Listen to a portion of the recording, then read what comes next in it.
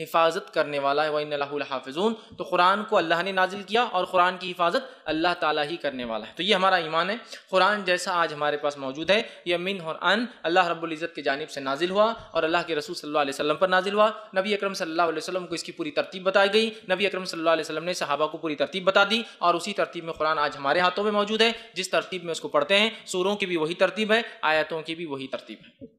نہ کسی صحابی نے اس میں کوئی تبدیلی کی، نہ اس کے بعد کسی تابعی نے کوئی تبدیلی کی، نہ ہی امت کا کوئی اجماع اس میں ثابت ہے کہ اس میں ذرہ برابر بھی آگے پیچھے کچھ کیا جائے۔ تو جس ترتیب میں صورتیں جمی ہیں، جس ترتیب میں آیتیں جمی ہیں، یہ اللہ کے طرف سے ہی تھا، یاد رکھیں۔ اور مکمل قرآن کی حفاظت کا ذمہ اللہ تعالیٰ نے لیا۔ لیکن ایک بات ذہن میں آتی ہے کہ قرآن لکھا تو انسانوں کے ذریعے گیا، ٹھیک ہے، ذمہ تو اللہ نے حفاظت کا، لیکن اللہ نے ہیومن میڈیم جس کو کہتے ہیں انسانی ذرائع کو استعمال کیا اس کی حفاظت کے لیے، ہے نا۔ تو پہلے تو اس پہ نبی پہ اس کو نازل کیا، نبی پہ نازل ہونے کے بعد یہ لکھا گیا، صحابہ نے اس کے اپنے ذہنوں میں اس کی ترتیب کو یاد رکھا۔ اس کی ترتیب نبی اکرم صلی اللہ علیہ وسلم نمازوں میں پڑھتے تو صحابہ اس سے یاد کر لیتے، نئی آیتیں آتی تو اس میں انٹروڈیوس جب ہوتی تو اللہ کے رسول جب قرأت کرتے صحابہ سمجھ جاتے کہ نئی آیت اس میں آ چکی ہے۔ کچھ آیتیں آپ نہیں پڑھتے تو صحابہ سمجھ جاتے کہ آیتیں نکل منسوخ ہو چکی ہے، اور اس کے بعد نبی اکرم صلی اللہ علیہ وسلم کے ذہن سے اور صحابہ کے ذہنوں سے بھی وہ آیتیں ختم کر دی جاتی، اللہ خود بھلا دیتا تھا، ٹھیک۔ تو جو قرآن آج موجود ہے، جس کو مصحف عثمانی ہم کہتے ہیں، حضرت عثمان نے چونکہ پوری امت کو اس پہ جمع کیا تھا، وہ وہی ہے جو اللہ رب العزت کی طرف سے نازل ہوا تھا، اور اللہ نے اس کی حفاظت کا ذمہ لے لیا۔ یہ آیت بیان کری، میں یہ بات کیوں رکھ رہا ہوں، ورنہ ایسا نہ ہو کہ میرا جب میں بات کروں تو بیچ میں آپ کو شک شبہات پیدا ہو جائے، شیطان آ کر بہکانے لگے، ارے عثمان کے دور میں تو ایسا ہوا، ارے فلاں تو ایسا ہوا، انسانوں نے لکھا، گم بھی سکتی ہے۔ اس لیے میں کہہ رہا ہوں اللہ نے حفاظت کا ذمہ لیا، ہیومن میڈیم کو، انسانی ذرائع کو اللہ نے استعمال کیا، اور اللہ نے ان کے انسانوں کے ذریعے اس کتاب کو جو محفوظ کر دیا اور قیامت تک کے لیے محفوظ ہے۔ شروعاتی دور میں یہ کیسے لکھی گئی، کیا معاملہ رہا، تو اس تعلق سے انشاءاللہ جس ہم تفصیلات انشاءاللہ آج دیکھیں گے۔ تو یہ بات پہلے جان لے اس درس کے شروعات میں ہی، قرآن کی حفاظت کا ذمہ اللہ نے لیا ہے، اور اس میں کوئی رد و بدل اور تبدیلی نہیں ہو سکتی ہے۔ اب جو ہے اللہ رب العزت نے نبی اکرم صلی اللہ علیہ وسلم کو خاص طور سے پڑھنا لکھنا نہیں سکھایا، اللہ چاہتا تو سکھا سکتا تھا، چونکہ مکہ کے اندر نبی اکرم صلی اللہ علیہ وسلم جب موجود تھے، ایسے لوگ موجود تھے جن کی تعداد 10 سے لے کر 50 60 70 کے بیچ میں کہی جاتی ہے، جو لکھنا پڑھنا جانتے تھے، جیسے عمر ابن خطاب، ان کے والد خط و کتابت کرتے تھے، اسی لیے ان کا لقب تھا خطاب، یا ان کو کہا گیا خطاب لکھنے والا۔ تو ایسے لوگ تھے، حضرت عمر خود لکھے پڑھے انسان تھے، لکھنا بھی جانتے تھے، پڑھنا بھی جانتے تھے، بلکہ توریت اور انجیل بھی آپ پڑھ چکے تھے، مطلب عبرانی زبان اور سوریانی زبان کا بھی علم رکھتے تھے۔ لیکن عموماً عرب پسند نہیں کرتے تھے لکھنے پڑھنے کو، خصوصاً لکھتے پڑھتے تھے، کیونکہ عموماً یاد رکھ لیتے تھے، لیکن کچھ لوگ پڑھتے اور لکھتے بھی تھے، ٹھیک۔ لیکن اللہ کے رسول کو اللہ نے ان میں پیدا نہیں کیا، مطلب لکھنے پڑھنے والا نہیں بنایا۔ کیوں نہیں بنایا؟ اللہ نے خود اس کی حکمت سورہ عنکبوت سورہ نمبر 29 آیت نمبر 48 نے فرمایا، کہا وما كنت تتلو من قبله من کتاب ولا تخطه بیمینک اذا لارتاب المبطلون۔ اللہ نے فرمایا، کہا اے نبی آپ کو ہم نے اللہ کے رسول فرمایا، اللہ فرما رہا ہے اس سے پہلے تو ہم نے آپ کو کوئی کتاب آپ نہ کوئی کتاب پڑھتے تھے، اور نہ کسی کتاب کو اپنے ہاتھ سے آپ نے کبھی لکھا تھا، ورنہ شک اور شبے کرنے والوں کا شک اور شبہ آپ پر اور بڑھ جاتا۔ اے نبی اس سے پہلے نہ آپ لکھنا جانتے، نہ آپ پڑھنا جانتے تھے، ورنہ اگر آپ لکھنا پڑھنا جانتے تو جن کے دل میں مرض تھا، شک تھا، شبہ تھا، وہ بڑھ جاتا۔ محمد صلی اللہ علیہ وسلم تو بہت پڑھا لکھا آدمی تھا، تو قرآن لکھ دیا۔ ایک انٹیلیجنٹ آدمی اگر کوئی کارنامہ انجام دیتا تو آپ کہتے ہیں اس کو تو اللہ نے صلاحیت دی ہے، کر لیا ہوں گا۔ ایک تیز بھاگنے والا کو ریکارڈ بنایا تو آپ کہیں گے وہ تو بھاگتا ہی ہے، ریکارڈ تو بنائیں گا ہی۔ ایک آدمی جس کا حافظہ اچھا ہے، بولتا اچھا، تو آپ کہیں بولتا اچھا ہے، تو جیتنا تو ہے ہی، سمجھنا۔ لیکن نبی اکرم صلی اللہ علیہ وسلم لکھتے تھے نہ پڑھتے تھے، اس کے بعد بھی قرآن آپ پر نازل ہوا، یہ ایک معجزہ تھا، یاد رکھیں۔ تو خاص طور سے اللہ نے اپنے نبی کو پڑھا لکھا بنا سکتا تھا، پھر بھی کیا رکھا؟ امی رکھا۔ اس کے پیچھے ایک مشن اور ایک مقصد اللہ کا، ورنہ جن کے دلوں میں مرض ہے وہ الزام لگا دیتا ہے محمد تو بہت بڑے شاعر تھے تو لکھ لیے ہوں گے قرآن بھی، لہٰذا اس الزام کو اللہ نے ختم کر دیا۔ نبی اکرم صلی اللہ علیہ وسلم جو ہے امی تھے، پڑھے لکھے نہیں تھے۔ اب جب نبی اکرم صلی اللہ علیہ وسلم پر قرآن نازل ہوتا تو آپ صلی اللہ علیہ وسلم قرآن کو سنتے، سننے کے بعد صحابہ میں سے ایک صحابی کو بلاتے، اور بلانے کے بعد ان کو ڈکٹیٹ کر دیتے کیا آیا ہے۔ ڈکٹیٹ کرنے کے بعد وہ صحابی اس چیز کو جو آپ کہہ دے آپ بیان کرتے لکھ لیتا۔ لکھنے کے بعد اللہ کے رسول صلی اللہ علیہ وسلم پھر اس صحابی سے کہتے ہیں مجھے دوبارہ پڑھ کر سناؤ، تاکہ اگر لکھنے والے سے کوئی مسٹیک یا غلطی ہو گئی تو اس کی اصلاح ہو جائے۔ کتنی احتیاط کی گئی لکھنے میں، دیکھیے۔ پہلے وہی نازل ہوتی، آپ صلی اللہ علیہ وسلم صحابی کو بلاتے، صحابی آتے، پھر آپ کہتے لکھو، وہ صحابی لکھتے، لکھنے کے بعد آپ کہتے پڑھو، وہ پڑھ کر سناتے۔ اور کم و بیش نبی اکرم صلی اللہ علیہ وسلم سے 24 سے زیادہ لوگوں نے قرآن کی کتابت کی، کاتبین وحی جنہیں کہا جاتا ہے، جس میں مشہور اور معروف سب سے پہلے خلفائے راشدین ابوبکر صدیق، عمر ابن خطاب، عثمان ابن عفان، علی بن ابی طالب رضی اللہ عنہما سر فہرست سب سے اول۔ اس کے علاوہ زید بن ثابت الانصاری، یہ انصاری ایک صحابی تھے، زید بن جو ہے ثابت رضی اللہ عنہ، اسی طرح معاویہ بن ابی سفیان رضی اللہ عنہ، اور دیگر اور جو ہے ایسے 24 لوگوں نے، یا اس سے کم و بیش، آگے پیچھے تعداد آتی ہے، 24 سے زیادہ لوگوں نے قرآن کو اللہ کے رسول صلی اللہ علیہ وسلم اترتا بیان کرتے اور اس کو لکھایا تھا. لکھنے کے بعد آپ کیا فرماتے؟ سناؤ. پھر وہ شخص جو لکھا سناتا اور سنانے کے بعد آپ صلی اللہ علیہ وسلم اس کو سنتے تھے. 24 سے زیادہ لوگوں نے اس کو لکھا اور جس میں مشہور معروف خلفاء راشدین 4 ہیں. اسی طرح رسول اللہ صلی اللہ علیہ وسلم کے زمانے میں قرآن لکھا گیا لیکن کتاب کی شکل میں نہیں تھا. رسول اللہ صلی اللہ علیہ وسلم کے زمانے میں قرآن لکھا گیا لیکن بک فارم میں نہیں تھا. کیوں؟ آپ کو بول سکتے تو بدعت ہوگی نا، پھر جو کام نبی نے نہیں کیا وہ کیسا امت کرتی. بک فارم میں نہیں تھا، کتابی شکل میں نہیں تھا. تو نبی اکرم صلی اللہ علیہ وسلم زمانے میں کیوں کتابی شکل میں نہیں تھا قرآن؟ پہلے وہ دیکھ لیتے ہیں. تو پھر کیوں کتابی شکل دینا پڑی وہ بھی دیکھیں گے. پھر کیوں نہیں لکھا گیا، بک فارم میں کیوں نہیں تھا؟ مصحف کہتے ہیں بائنڈڈ بک کو، اس لیے قرآن کو سینونیمس ٹرم مصحف بولتے ہیں. مصحف الشریف، قرآن شریف جیسا ہم بولتے ہیں. عرب رہیں گا تو بولیں گے مصحف، تو سمجھ جانا قرآن کو انڈیکیٹ. ویسے مصحف کہتے ہیں عام زبان میں بائنڈڈ بک. ٹھیک، تو مصحف بائنڈڈ بک کی شکل میں کیوں نہیں تھا؟ آئیے پہلے وجوہات دیکھ لیتے اور پھر کیوں لکھا گیا وہ بھی وجہ دیکھتے ہیں. پہلے قرآن کے ضائع ہونے کا ڈر نہیں تھا، اس لیے لکھا بھی نہیں گیا مصحف کی شکل میں. قرآن کے غائب ہونے کا، ختم ہونے کا، لکت ہونے کا، ولکت ہونے کا، مٹ جانے کا ڈر ہی نہیں تھا، تو لہٰذا کبھی بک فارم میں لکھنے کا سوچا بھی نہیں گیا. دوسری وجہ، بہت سارے صحابہ کو قرآن یاد تھا. سمجھ رہا، بہت سارے صحابہ قرآن یاد تھا، تو اگر ڈر بھی ہوتا تو دوسرے کو صحابی بتا سکتا تھا. تو بہت سارے لوگوں کو یاد تھا، اس لیے بھی کتابی شکل میں لکھا گیا. تیسرا، قرآن آپ صلی اللہ علیہ وسلم کی زندگی میں نازل ہوتا گیا، حتیٰ کہ 9 دن پہلے آپ کی وفات سے پہلے بھی وہی، مطلب 3 جو ہے ربیع الاول تک وہی نازل ہوتی رہی. اب بتائیے نبی اکرم صلی اللہ علیہ وسلم کب قرآن کو شکل دیتے جبکہ آپ کی وفات انتقال سے 9 دن پہلے تک تو قرآن نازل ہی ہو رہا تھا. تو امپاسبل تھا کہ قرآن کو مصحف کی شکل میں لکھا جائے جبکہ وہ اتر رہا تھا اور 9 ڈے بیفور تک اترتا رہا، 9 دن پہلے. اور آخری آیت جو ایک معروف قول ہے اس کے مطابق سورہ بقرہ سورہ نمبر 2 اس کی آیت نمبر 283 اور 284 نازل ہوئی. آخری آیت ہے اور یہ معاملات کی لین دین کی آیت ہے، پڑھ لے کبھی اس کو، بڑی اہم آیت ہے. یہ اترتی رہی. ٹھیک، اس کے علاوہ کچھ نے کہا سود کی آیتیں بھی اتری اسی آخری وقت میں، جو کہ آیت نمبر 78 سے لے کر 82 اور اس کا 83 84 تھی، واللہ عالم. لیکن 9 دن پہلے تک وہی نازل ہوتی رہی. اب 9 ڈے بیفور تک کوئی کام ہو رہا ہے تو اس کا ٹائم کم ملے گا انسان کو کہ اس کو بک فارم میں لکھا جائے. سیکوینس ذہنوں میں سب کو یاد ہے، صحابہ کو لکھا ہوا بھی ہے لیکن لکھا ہوا سیکوینس میں نہیں، بک فارم میں. ذہنوں میں سب کے سیکوینس ہے، ترتیب سب کے ذہنوں میں، لیکن ترتیب میں کتابی شکل میں لکھا ہوا نہیں. کیوں؟ تو 9 دن پہلے تک وہی نازل ہوتی رہی. اسی طرح قرآن جس ترتیب میں اترا اس ترتیب میں لکھا نہیں گیا. کیوں؟ تو ترتیب الگ ہوتی تھی اور لکھا الگ جاتا تھا. آپ بولیں گے کیسے ہوتا تھا یہ؟ آئیے سمجھاتا ہوں. مثال کے طور پر ہوتا ہی ہوتا ہے، ایک آیت نازل ہوتی تھی اور نبی اکرم صلی اللہ علیہ وسلم فرماتے تھے اس آیت کو لے جا کر اس سورت میں لگا دو. صاحب پوچھتے تھے کہاں؟ تو آیت نمبر 22 پہ اس کو ڈال دو. سمجھ لیجیے اب ایک سورہ شروع ہو رہا ہے اور 21 سورہ کی سمجھ لیجیے 21 آیت تک نازل ہو گئی ہے. لیکن ایسے ہی کئی صورتیں ایک ساتھ نازل ہوتی رہتی تھی، بڑی بڑی صورتیں، چھوٹی تو ایک ساتھ آتی تھی لیکن بڑی. مثال طور پر سورہ بقرہ بھی چالو ہے، سورہ نساء بھی آ رہی ہے، سورہ آل عمران بھی چالو ہے، سورہ مائدہ بھی آ رہی ہے ایک ساتھ. تو آپ سب یوں کرتے تھے، ایک وہی نازل ہوئی تو آپ کہتے تھے اس آیت کو یہاں لگا دو، سورہ بقرہ میں یہاں لگا دو. ایک آیت نازل ہوئی پھر اس کے بعد آپ سے فرماتے تھے اس آیت کو سورہ نساء میں ڈال دو. سمجھ رہے آپ؟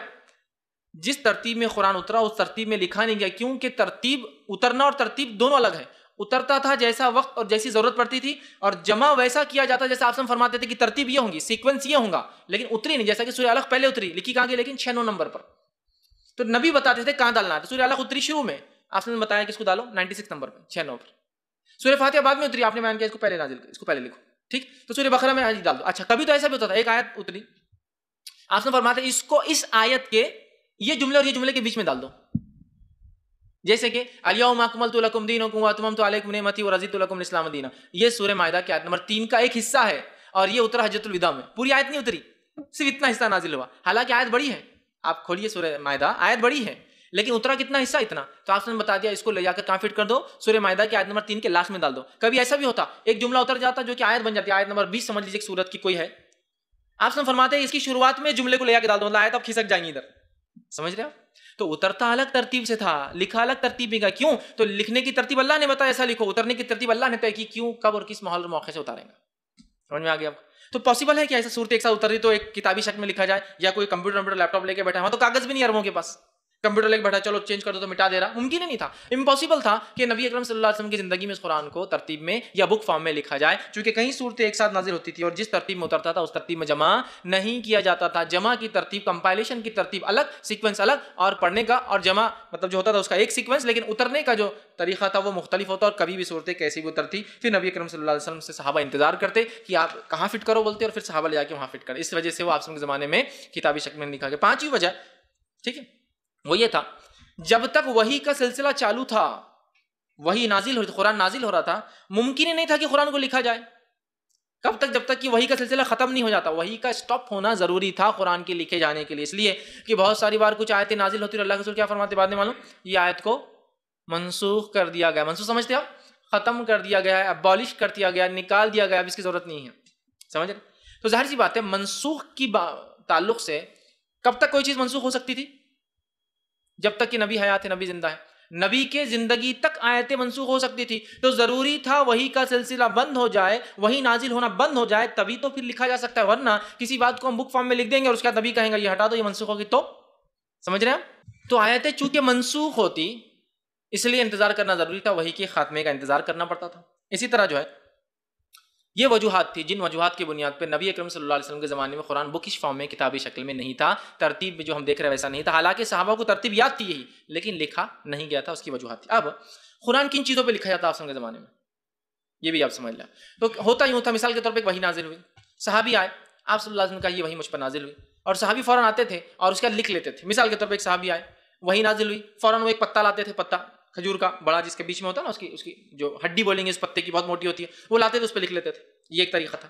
دوسرا، وہی نازل ہوتی تھی، کپڑا نکال کے لاتے تھے، کپڑے پہ لکھ لیتے تھے. سمجھ رہا؟ کپڑا نکالا، کپڑے پہ لکھ لیا. وہی نازل ہوئی اور کچھ نہیں تھا، صحابی پلٹے اور دروازے پہ لکھ دیا، لکڑی پہ لکھا گیا. سمجھ؟ وہی نازل ہوئی اور اسی طرح کچھ نہیں تھا تو جانور کی وہ ہوتی نا کھال جس سے پینے کے پانی کی بوتلیں بناتی مشکی، وہ نکالا، اس پہ لکھ لیا. سوکھا ہوا چمڑا ملا، اس پہ لکھ لیا. ہڈی ملی جانور کی، جو اونٹ کی ہڈی ہوتی، شولڈر بون ہوتی، بہت چوڑی ہوتی ہے. بکرے کی آپ دیکھیں چھوٹی، اونٹ کی بڑی ہوتی، شولڈر بون پہ لکھ لیا، ہڈی پہ لکھ لیا، لکڑی پہ لکھ لیا، پتوں پہ لکھ لیا، کاغذ پہ لکھ لیا، کپڑے پہ لکھ لیا، دیوار پہ لکھ لیا، در پہ لکھ لیا، دروازوں پہ لکھ لیا. جو ملتا تھا صحابہ بس لکھنا چالو، فوراً ریٹرن ورک شروع.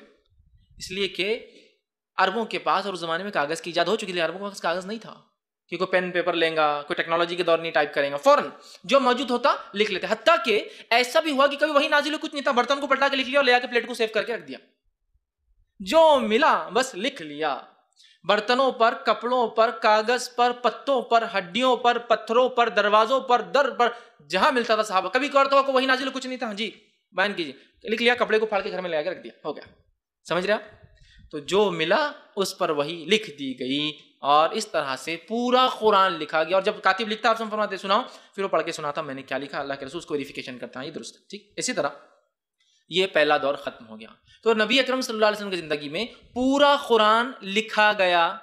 پورا قرآن ترتیب میں صحابہ کو یاد تھا، لیکن پورا قرآن ترتیب میں کتابی شکل میں نہیں لکھا گیا. سمجھ رہے آپ فرق کیا ہے؟ خالی اترا پورا، لکھا پورا گیا، لیکن پوری ترتیب کے ساتھ ایک شکل، ایک کتابی شکل نہیں تھی. تو اس کی ترتیب سیکوینس کس کے پاس تھی؟ صحابہ کے ذہنوں میں اس کی ترتیب تھی. اس بات کو ہم کو یاد رکھنا ہوگا. اب پہلا دور ختم ہوا، اللہ کے رسول صلی اللہ علیہ وسلم کی وفات کے 9 دن پہلے تک وہی نازل ہوئی، آپ کی وفات ہوگی، معاملہ ختم. اب ہوا 12 ہجری کا واقعہ، رسول اللہ صلی اللہ علیہ وسلم کے دنیا سے جانے کے تقریباً 1 سال، 1.25 سال یا 1.5 سال کے قریب والا ایک واقعہ ہوگا.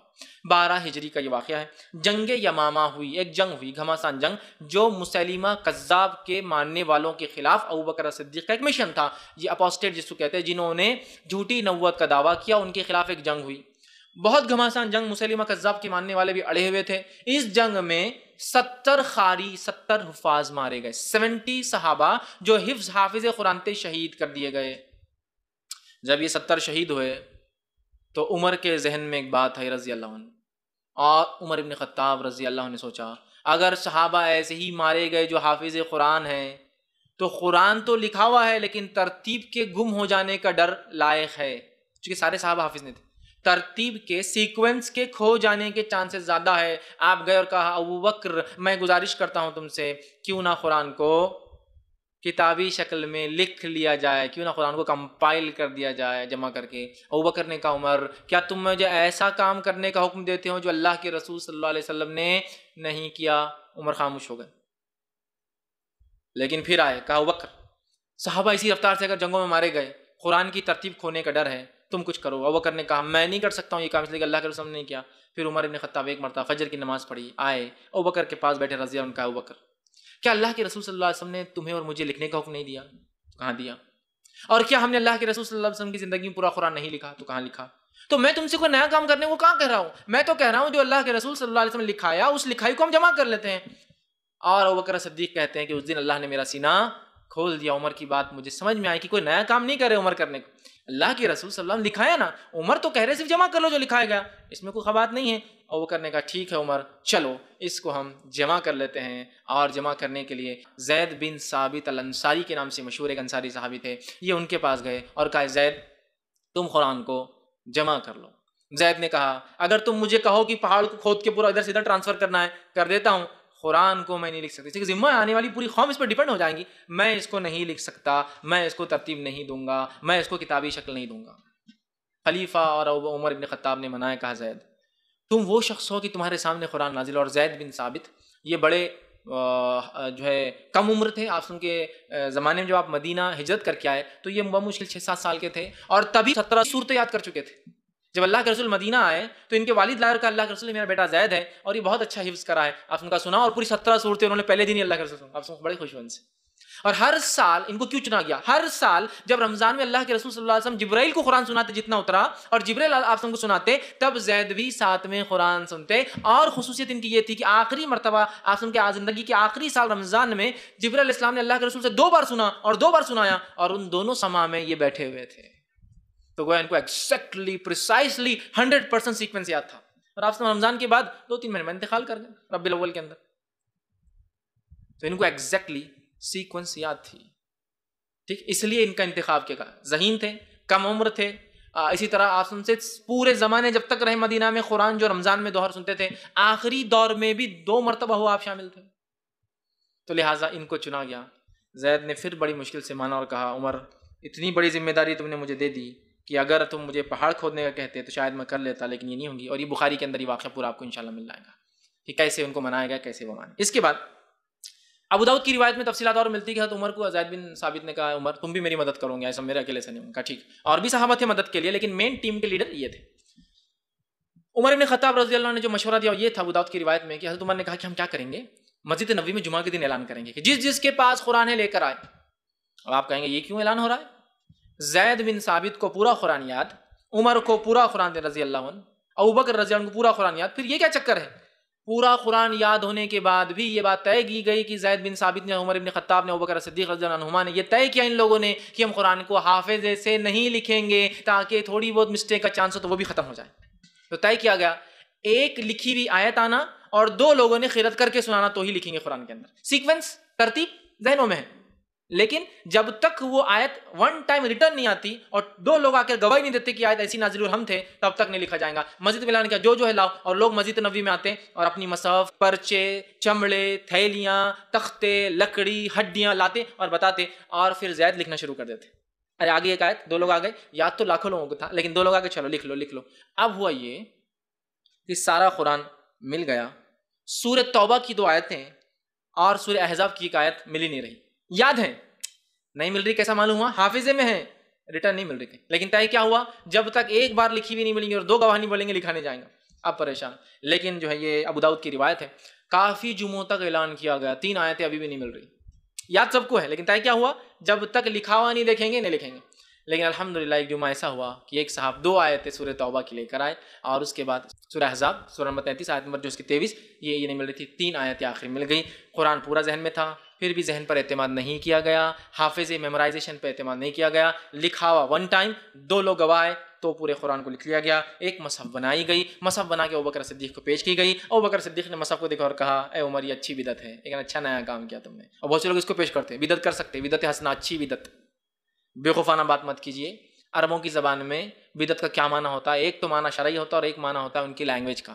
جیسا ہم کہیں گے الاول تو یہ اللہ کی ایک صفت ہے, لیکن ہم جانتے ہیں اول جماعت بھی ہوتی ہے, اول جماعت, دوم جماعت, سوم اردو میں ہوتی ہے نا, تو یہ اللہ کے نام اور صفت والا اول نہیں ہے, یہ پہلے والا اول ہے. کتاب آپ نے لی, اپنے پاس رکھ لی, ٹھیک, اور آپ کے انتقال کے بعد وہ کتاب پہنچی عمر ابن خطاب کی کسٹڈی میں.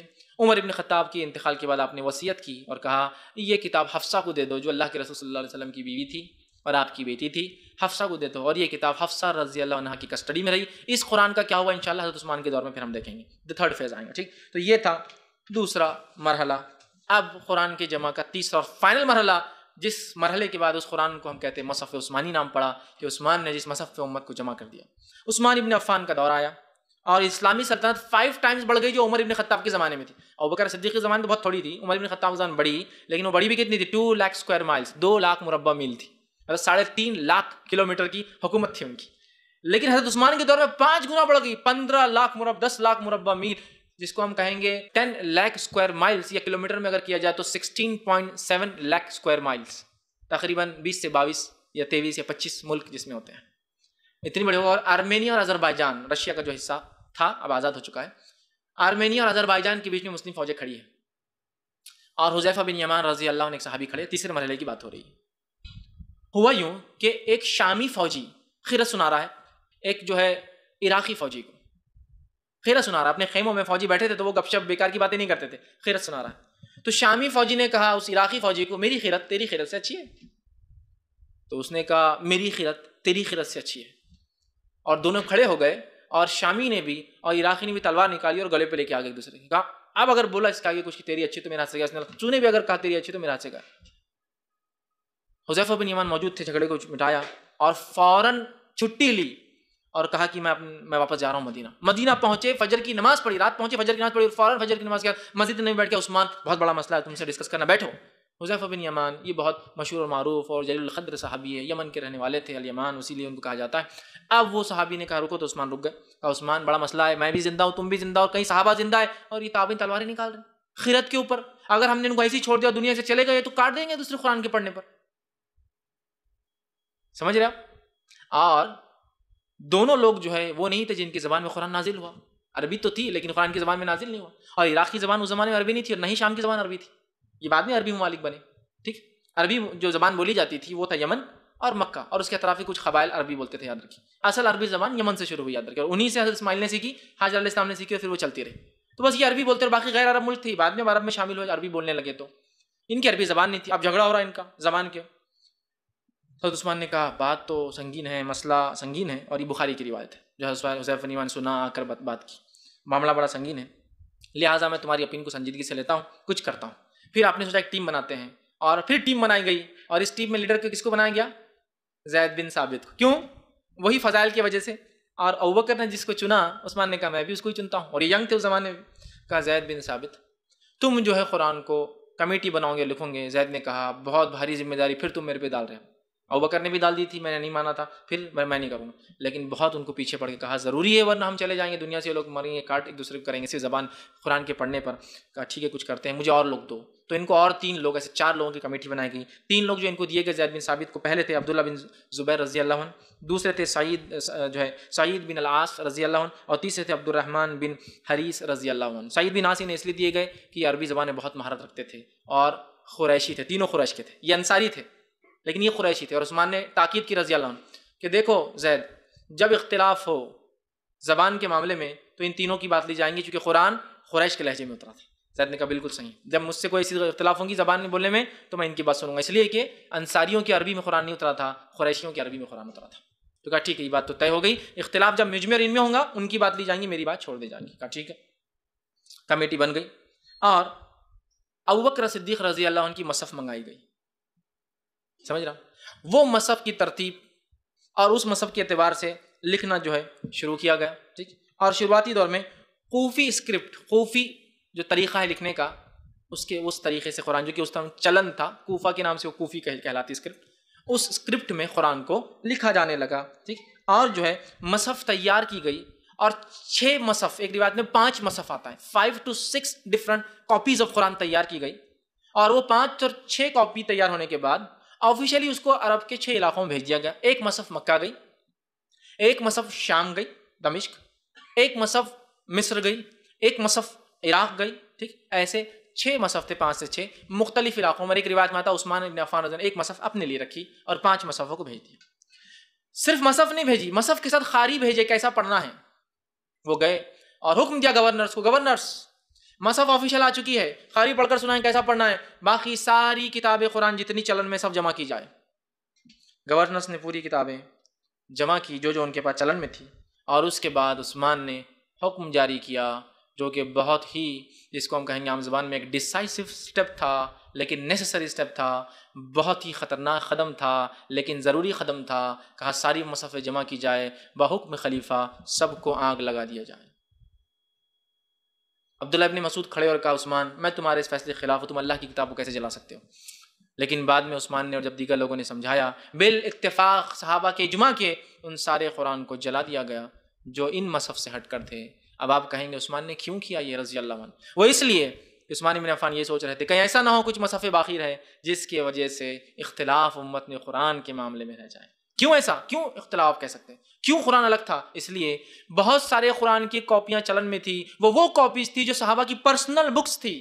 جیسے کہ عبداللہ ابن مسعود بھی خاموشی سے قرآن اپنا لکھا کرتے تھے الگ سے گھر جا کر، لیکن رسول اللہ نے ویریفیکیشن نہیں کیا تھا اس کتاب کا۔ جیسے ٹیچر بچوں کو پڑھا رہا ہوں، آپ لوگ نوٹس بتا رہے ہیں، کچھ لوگ آ کے مجھ سے نوٹس چیک کراتے ہیں، میں اس کو چیک کرتا ہوں تو یہ آتھینٹک نوٹس ہے، لیکن کچھ نوٹس آپ بنا کے گھر لے جاتے ہیں، میں چیک نہیں کرتا ہوں، لہٰذا یہ ان آتھینٹک نوٹس ہے۔ تو بہت سارے صحابہ کیا کرتے تھے، گھر جا کے پرسنل لکھتے تھے۔ کچھ لوگ وہ سورے لکھتے تھے جو ان کو یاد نہیں ہو رہے، کچھ لوگ وہ صورتیں لکھتے تھے جو ان کو پسند ہے، کچھ لوگ وہ صورتیں لکھتے تھے جو ان کو لگتا ہے لکھنا چاہیے، کچھ لوگ وہ صورتیں لکھتے تھے جو ان کو سنے آتی تھی، آپ نے سنا اور لکھ لیا، سمجھ رہے آپ؟ پرسنل نوٹس تھے۔ امکان تھا کہ یہ پرسنل لکھے ہوئے قرآن آگے چل کے نقصان دہ ثابت ہو سکتے ہیں۔ جیسے کوئی کہے کہ عبداللہ ابن عباس نے تو اتنا ہی قرآن لکھا، قرآن اتنا ہی ہے، سمجھ رہے آپ کیا ہوتا تھا؟ حضرت عثمان نے کوئی قرآن میں کمی یا زیادتی نہیں کہی، کوئی ترتیب کو نہیں بدلا۔ قرآن میں سوروں کی ترتیب وہی جو اللہ کی طرف سے اللہ کے رسول کو بتائی گئی تھی، آیتوں کی ترتیب وہی ہے جو اللہ کی طرف سے رسول اللہ کو بتائی گئی تھی، کچھ چینج نہیں کیا، صرف سیکوینس آپ نے کیا، اچھے سے لکھوایا، آفیشیل کاپیز بنائی۔ اور حضرت ابوبکر کی مصحف میں اور بھی حرف تھے۔ اب یہ حرف کیا ہے؟ ایک بہت لمبا وہ ہے کہ قرآن 7 حرف میں 7 الگ الگ طریقوں سے نازل ہوتا تھا، وہ تھے، لیکن اب حضرت عثمان نے سوچا یہ باقی اب نہیں رکھے جا سکتے ہیں، لہٰذا کوئی ایک حرف میں متفق ہو جاتے ہیں، اور جو آپ کو بہتر لگا آپ نے لکھ دیا، اور وہ ایک حرف ہمارے پاس موجود ہے آج کی قرآن کے شکل میں۔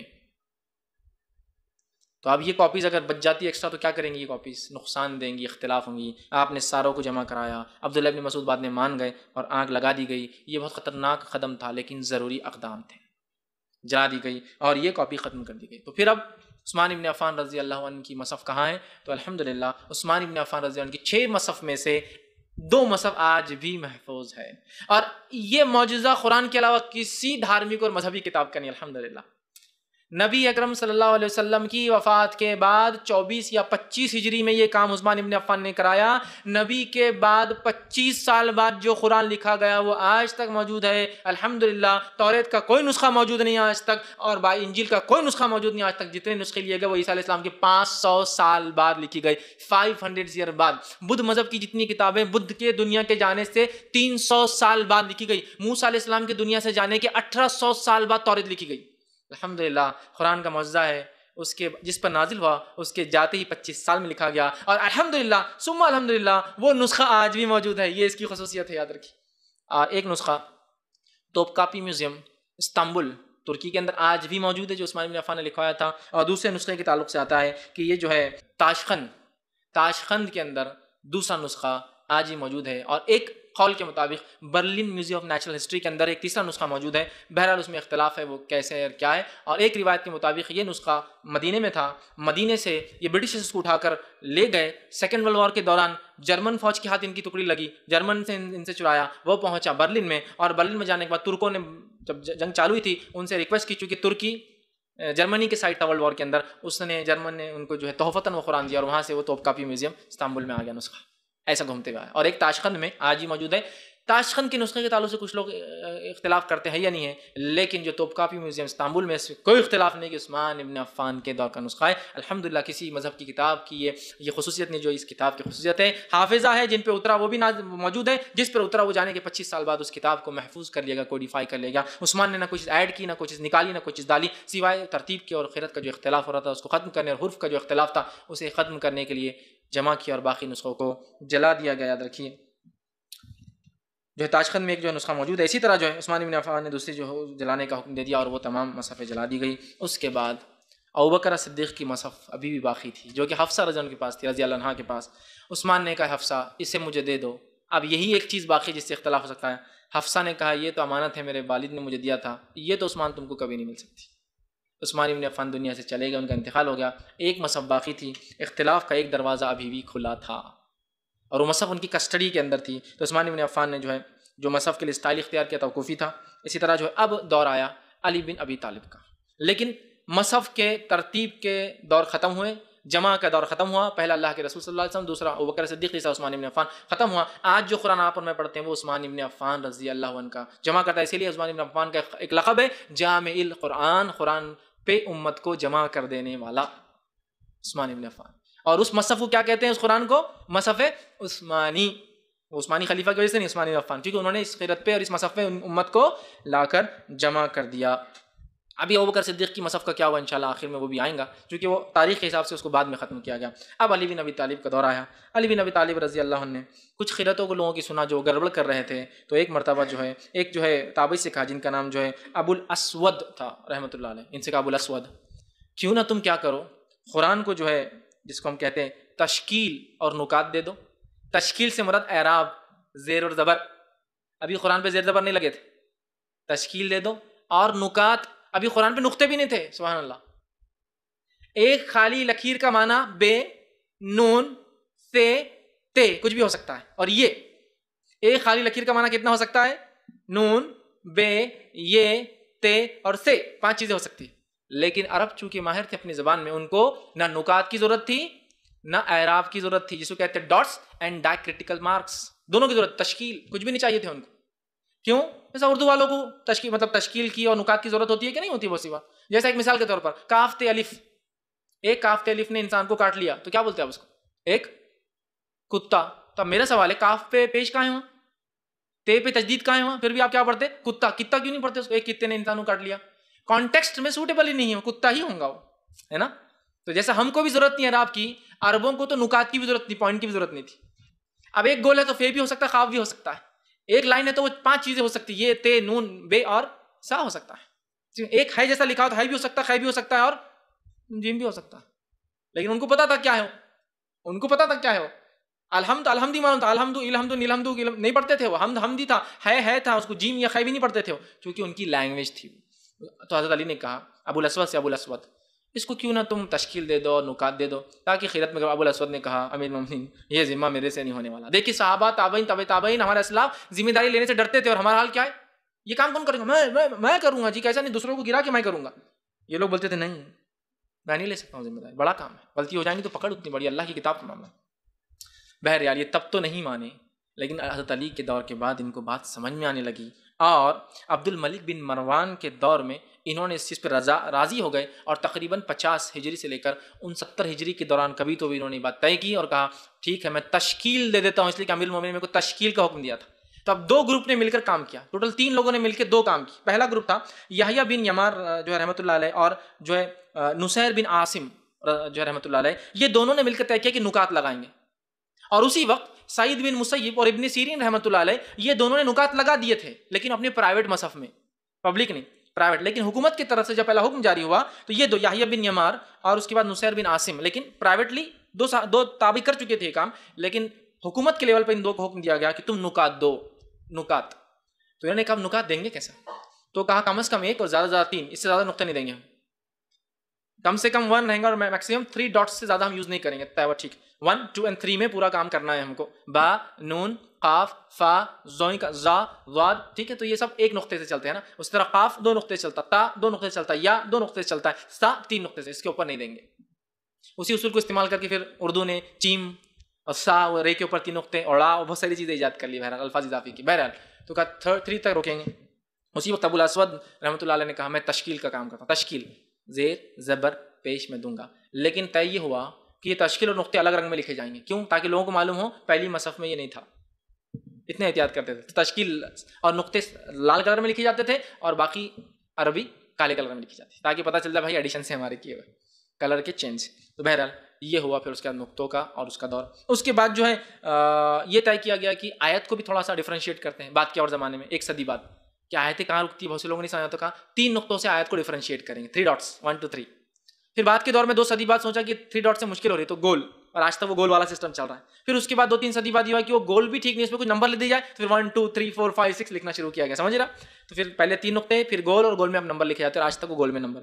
پھر سوچا گیا کہ 5 آیتوں پہ کچھ روکیں گے تو خمس ڈالا گیا. خمس 5 آیتوں کے بعد خمس لکھا جاتا تھا، 10 آیتوں کے بعد عشر لکھا جاتا تھا. پھر تھوڑے دن بعد 1 2 3 صدی بعد لوگوں نے کہا خمس عشر بہت مشکل ہو رہا پڑھنا، تو خمس کی جگہ چھوٹا خے اور عشر کی جگہ چھوٹا عین لکھ دیا گیا. ابھی بھی آتے ہیں نا خے اور عین، وہ سیکھا ہے. خمس مطلب 5 آیتیں ختم ہو رہی، 10 آیتیں ختم ہو رہی. پھر سوچا گیا رکوع ایک نماز میں کتنا پڑھا جائے، تو کہا چلو رکوع نکالتے جو ابھی بہت معروف ہے. تو رکوع کے لیے رے کاف واو عین رکوع ہے نا, کاف بھی کبھی کبھار لکھا ہوا تھا. تو رکوع ایجاد کی گئی کیوں, کہ نماز میں کتنا پڑھا جائے. پھر اس کے کئی زمانے بعد سوچا کہ یار مہینے میں قرآن کو پڑھا جائے تو اس کے لیے کچھ تقسیم کریں گے, تو بولے پارا بنائیں گے, تو پھر 30 پارے بنائے گئے. یہ سب بات کی تقسیم ہے. نبی اکرم صلی اللہ علیہ وسلم کے دور میں صرف اور صرف سورہ اور آیت, یہ رکوع, پارے, خمس, عشر اور منزل اور سب بعد میں. تو بولے 30 دن میں پڑھنے کا, تو بولے پارے. اس کے بعد کسی نے سوچا اگر 7 دن میں کسی کو پڑھنا ہے تو بولے منزل. تو قرآن میں 7 منزل, 30 پارے, اور ہر اس میں رکوع اور خمس ہے اور عشر ہے. ٹھیک, یہ سب چیزیں بعد میں لگی, لیکن بعد میں لوگوں نے مان لیا. تو ابھی تو پارٹ آف قرآن ہی پورا, ورنہ پہلے زمانے میں الگ رنگ میں لکھا جاتا تھا, لکھا گیا تاکہ لوگ اس کو پڑھ سکیں. اسی طرح جو ہے شروع سے آخر تک جو ہے سوروں کی ترتیب آیتوں میں کوئی تبدیلی نہیں لائی گئی. ٹھیک ہے, پھر رکوع بنائے گئے, نکات لکھے گئے اور تمام چیزیں ہوئی. اب ہوا یہ کہ حضرت حفصہ رضی اللہ عنہا کا 41 ہجری میں انتقال ہوا. 41 ہجری میں انتقال ہوا تو مروان بن حکم گورنر تھا مدینہ کا. جو ہی اسے خبر ملی فوراً دوڑا, سپاہیوں کو گھر میں بھیجا, انتقالی خبر ملتے اور کہا وہ مصحف سب سے پہلے نکال کے لاؤ, اس لیے کہ وہ مصحف ایک راستہ ایسا باقی ہے جس سے امت میں اختلاف پھیل سکتا ہے. مصحف لائی گئی اور مروان نے لوگوں سے کہا لوگوں میں اس مصحف کو نہ جلاتا اگر مجھے اس سے اختلاف ہونے کا ڈر نہ ہوتا. یہ اکیلی بچی اور عثمان نے جس پہ اتفاق کر دیا, امت کو جمع کر دیا, کہیں اس میں اختلاف نہ ہو, اور آپ نے اس مصحف کو جلا ڈالا. تو سمجھ رہے آپ قرآن کیوں جلایا گیا, اس کے پیچھے حکمت تھی. قرآن کو کیوں اعراب نقطے لگایا گیا, یہ کوئی بدعت نہیں تھی. نبی اکرم صلی اللہ علیہ وسلم کے زمانے میں قرآن ویسے ہی پڑھا جاتا ہے جیسے آج اعراب کے ساتھ اور نقطوں کے ساتھ پڑھا جاتا ہے, لیکن یہ سہولت کے لیے کیا گیا. تو بہت سے لوگ بولتے ہیں نا قرآن میں اعراب بھی تو بدعت ہے, قرآن کا جمع بھی بدعت ہے. بیوقوفانہ باتیں کر کے اپنے آپ کو ذلیل اور جو ہے رسوا اور جاہل مت ثابت کرے کوئی انسان, اس لیے کہ یہ حکمت تھی اور ضرورت تھی. کیا پہلے قرآن کو جیسا آج پڑھا تھا ویسے نہیں پڑھا تھا, زیر زبر کے ساتھ پڑھا تھا, لکھا نہیں پڑھا تو جاتا تھا نا, بغیر نقطوں کے بھی پے جو سے تھا, یا تھا, جیم تھا, ہے نا, یہی تھا نا. تو لکھنے میں کیا جا رہا ہے جب وہ چیز پڑھی جاتی ہے. نبی اکرم صلی اللہ علیہ وسلم تو لکھایا تھا نا اپنے زندگی میں, پھر جمع کرنے میں کیا مطلب, جب لکھایا تھا نبی نے تو لوگ اس کو بدعت ثابت کر کے پھر ہر بدعت کو جواز دیتے ہیں. یہ سب فالتو بات ہے, ایسا نہیں کرنا چاہیے. اس کے بعد وہ قرآن جو لکھا گیا تھا آخری ختم کر دیا گیا, اور یہ 3 اہم مرحلے اور اسٹیجز تھے جن مرحلے اور اسٹیجز میں قرآن جمع کیا گیا اور ہم تک پہنچا. بہت سارے لوگ پریشان ہوتے ہیں کیسے جمع کیا, کیا ہوا. تو میں نے کوشش کی کہ ساری باتیں اس کی جمع کے تعلق سے لکھ دوں, آیتیں آ رہی ہے, کہاں لگنا ہے, کیسے لگنا ہے, کتنا ٹکڑا لگنا ہے, کتنا نکلنا ہے, کیا کرنا ہے, سب نبی اکرم صلی اللہ علیہ وسلم بتاتے تھے. آپ کی وفات کے بعد صحابہ کو ترتیب یاد تھی, اس کے بعد آپ کی وفات ڈر محسوس ہوا کہ قرآن کہیں ختم نہ ہو جائے, حافظوں کے ضائع ہونے سے اس کی ترتیب نہ ضائع ہو جائے, لہٰذا پھر لکھا گیا. آپ صلی اللہ علیہ وسلم کا دور پہلا دور تھا, عمر بن ابوبکر صدیق کا دور دوسرا تھا, عثمان جو ہے ابوبکر سے عمر بن خطاب کے دور میں کوئی تبدیلی نہیں آئی چونکہ ضرورت ہی محسوس نہیں ہوئی. عثمان بن عفان کے دور میں جو تیسرا دور تھا قرآن کو لکھا گیا. علی بن ابی طالب کے دور میں نکات وغیرہ لگائے گئے. کچھ لوگ کہتے ہیں حجاج بن یوسف نے حکم دیا تھا, لیکن زیادہ بہتر قول جو تھا میں نے آپ کے سامنے وہ رکھا, ورنہ اور بھی بہت ساری روایتیں آتی ہے. اور اس کے بعد رکوع اور خمس اور عشر اور پارے اور منزلیں اور بہت ساری چیزیں لگتی گئی خیرت کے اعتبار سے, سہولت کے اعتبار سے. ہندوستانی مصحف میں بہت ساری چیزیں بعد میں ایڈ کی گئی چونکہ ہندوستانی لوگ سمجھ نہیں پاتے ہیں جملہ کہاں ختم کرے, کیسے ختم کرے, اور بھی سہولت کے لیے قاف اور سواد اور صلے اور بہت ساری چیزیں لگائی گئی, را ہے اور زا ہے نا. آپ قرآن کے آخر میں دیکھیے پورے ہندوستانی مصحف میں ہوتی ہے سہولت کے لیے. بہرحال انسانی کیسے ہم پڑھے, چونکہ ہماری زبان عربی نہیں ہے تو ہم بہت ساری بار گڑبڑ کر دیتے ہیں, اس لیے تمام چیزیں لکھی گئی. تو یہ چند باتیں تھی قرآن کے نزول اور ترتیب کے اعتبار سے کہ کیسے نازل ہوا, کیسے لکھا گیا, تو قرآن کا جمع اور ترتیب کیسے بھی. کلیکشن اینڈ کمپائلیشن آف قرآن, بہت سارے لوگ سوال کر رہے تھے, میں نے مناسب سمجھا کہ بات آپ کے سامنے رکھ دوں. میں اپنی بات کو یہیں ختم کرتا ہوں. اللہ رب العزت دعا کہ اللہ سبحانہ تعالیٰ اپنی کتاب کو پڑھنا, سمجھنا اور اس پہ عمل کرنا ہمارے لیے آسان کرے. اللہ سبحانہ تعالیٰ دین کا خوب کام ہم سے لے. جو کتاب اللہ رب العزت نے نازل کی اس کتاب کو ہم پڑھنے والے بنے, اس کو سمجھنے والے بنے, اس پر جو صحابہ نے کوشش کی اس کو جمع کر کے تاکہ انسانیت تک پہنچے. اس کتاب کو لے کر ہم بھی انسانیت تک, عالم اسلام تک پہنچیں. جب تک ہمیں زندہ رکھے اللہ تعالیٰ, ایمان اور اسلام پہ زندہ رکھے, خاتمہ ہمارا ایمان پر ہو. وآخر دعوانا الحمدللہ رب العالمین. سبحان ربک رب العزت عما یصفون وسلام علی المرسلین والحمد للہ رب العالمین.